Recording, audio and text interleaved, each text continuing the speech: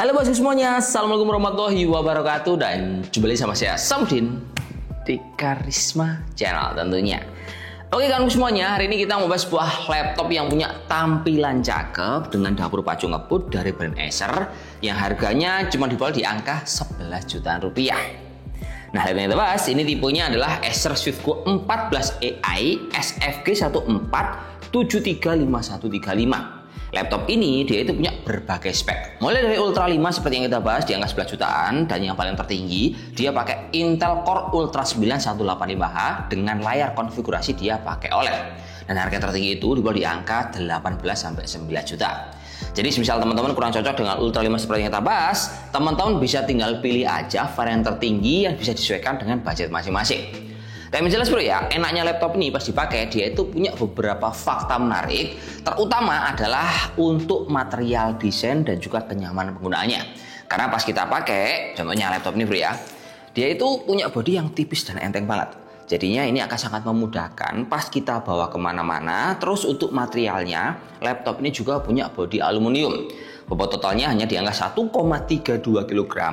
Ketebalannya hanya di angka 1,49 cm.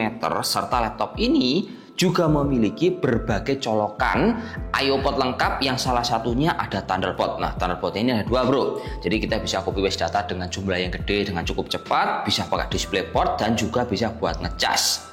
Untuk WiFi-nya laptop ini sudah dikasih WiFi 6E. Terus untuk fitur sederhana tapi yang menurut saya bermanfaat pas dipakai adalah si Acer SwiftGo AI ini dia itu punya touchpad yang multi control. Nah, kalau mungkin teman-teman menjumpai teknik seperti ini, dia itu ada di Asus, cuman bedanya Asus itu touchpadnya bisa kita fungsikan sebagai kalkulator. Kalau ini bro, nah kita bisa memfungsikan sebagai pengaturan multimedia. Kita bisa ngatur volume, kita bisa ngatur untuk penggunaan layar yang lebih gede, tinggal disesuaikan sama selera masing-masing dan cara pakainya dengan swipe seperti ini. Kemudian kedua, display laptop ini juga pakai panel IPS. Ukurannya standar 14 in tapi punya bezel tipis di semua sisi, terutama untuk akurasinya cocok untuk kebutuhan ngedesain. Nah, layarnya punya akurasi 100% sRGB, resolusinya tinggi banget di angka 2,8K, sama layar ini bisa kita buka lurus sampai 170 derajat. Nah, bonusnya, misal teman-teman sering untuk kebutuhan meeting online, kamera si Acer SwiftGo 14 AI ini sudah profesional banget. Sebab dia udah dikasih hardware 1080p 16:9 30 fps dan juga fitur Windows Studio Effect, yang dimana fitur ini akan sangat membuat kebutuhan teman-teman proper, bisa pakai background blur, kemudian ada auto framing dan lain-lain. Geser ke bagian keyboard, ini pas dibuat ngetik cukup nyaman sekali, dia cukup kenyal, terus ada juga fitur backlight berwarna putih. Ketiga, pas dipakai ngebut, laptop ini dia pakai banget bro ya. Meskipun tipis, pas dibongkar, ternyata bagian dalam laptop ini bro, sistem coolingnya ada dual fan, dual head pipe, dan ada single untuk pembuangan panas terletak di bagian belakang. Cuman cuma laptop ini pasti diberi yang berat-berat, entah itu render atau benchmark hingga untuk bermain game. Nah, sumentongnya laptop ini mencapai di angka 57 derajat Celcius. Terus titik panasnya itu terdapat di bagian exhaust sama di bagian titik F2 sampai F6 di bagian keyboard. Semisal laptop ini kita buat untuk YouTubean, audionya juga nyeger bro, karena dia pakai DTS:X. Keempat, semisal kita ngomongin soal daya tahan baterai, laptop ini termasuk awet tapi bukan yang paling awet. Dia dikasih baterai ukuran jumbo 65 Wh, terus untuk digeber laptop ini mampu bertahan di angka 7-8 jam, dan adaptornya dia pakai Type-C colokannya dengan daya sebesar 65 Wh. Kelima, misal kita lihat untuk dapur pacunya, laptop ini sangat bisa untuk kita ajak kompromi. Buat ngebut bisa, santai bisa, apalagi untuk kebutuhan kalian desain. Karena laptop yang kita lihat dulu ya, prosesnya udah pakai Intel Core Ultra 5 125H yang punya 14 core, 418 thread hingga kecepatan maksimal di angka 4,5 GHz. VGA-nya meskipun tidak punya Nvidia GeForce tapi sudah mengandalkan Intel Arc grafis dengan frekuensi maksimal di angka 2,2 GB. Dan RAM-nya laptop ini mungkin bisa kita bilang minusnya ada di sini. RAM-nya dia pakai 16 GB DDR5 tapi tersolder, jadinya nggak bisa di-upgrade. Tapi untuk penyimpanannya, laptop ini cukup lega bro. Dia dikasih dua buah penyimpanannya, salah satunya udah pakai M2 NVMe Gen 4 kapasitas 512, dilengkapi juga oleh Windows 11 plus Office 2024.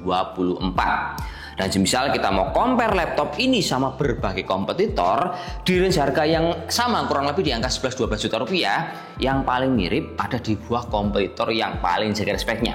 Ada di Lenovo, ada juga di brand Asus. Nah, detailnya teman-teman langsung aja bisa lihat dari data yang kita simbolkan seperti ini.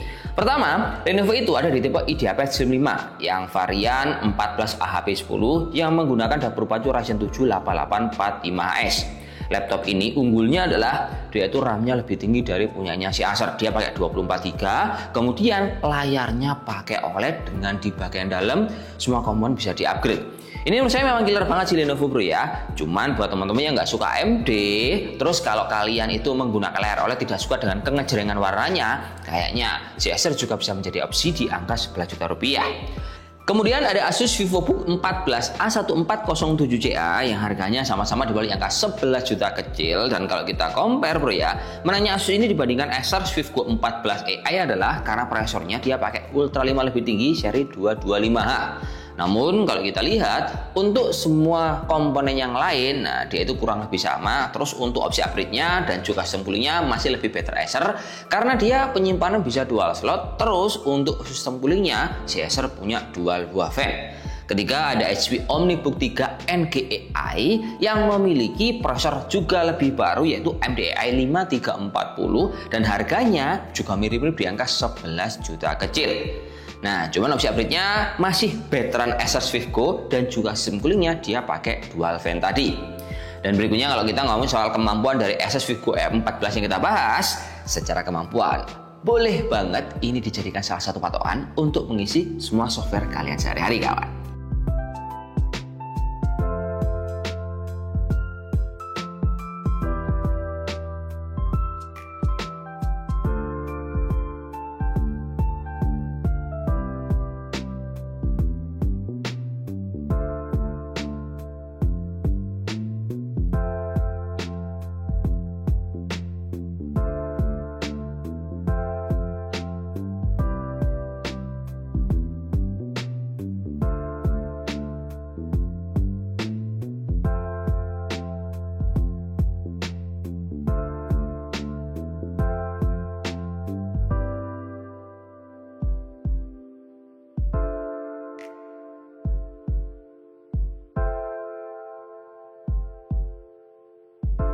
Oke kawan, jadi gini ya, kalau kita ngomong soal dibaca di harga 11 juta rupiah, bukan laptop gaming dan caranya laptop tipis, barangkali menurut saya laptop ini bisa menjadi salah satu opsi yang cocok buat teman-teman karena dia itu punya bodi cakep, bobot enteng, tipis, layarnya bening pakai IPS dan juga punya mesin ngebut bisa jangka panjang karena punya penyimpanan dual storage. Terus sistem coolingnya, laptop ini meskipun tipis dia pakai dual fan.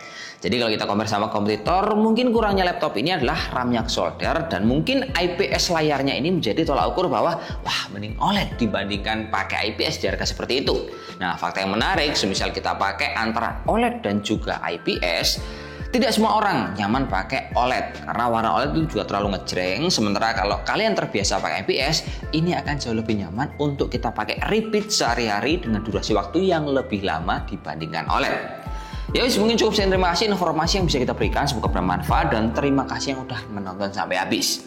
See you next time in video. Assalamualaikum warahmatullahi wabarakatuh dan salam jos. Semoga bermanfaat kawan, oke? Mantap.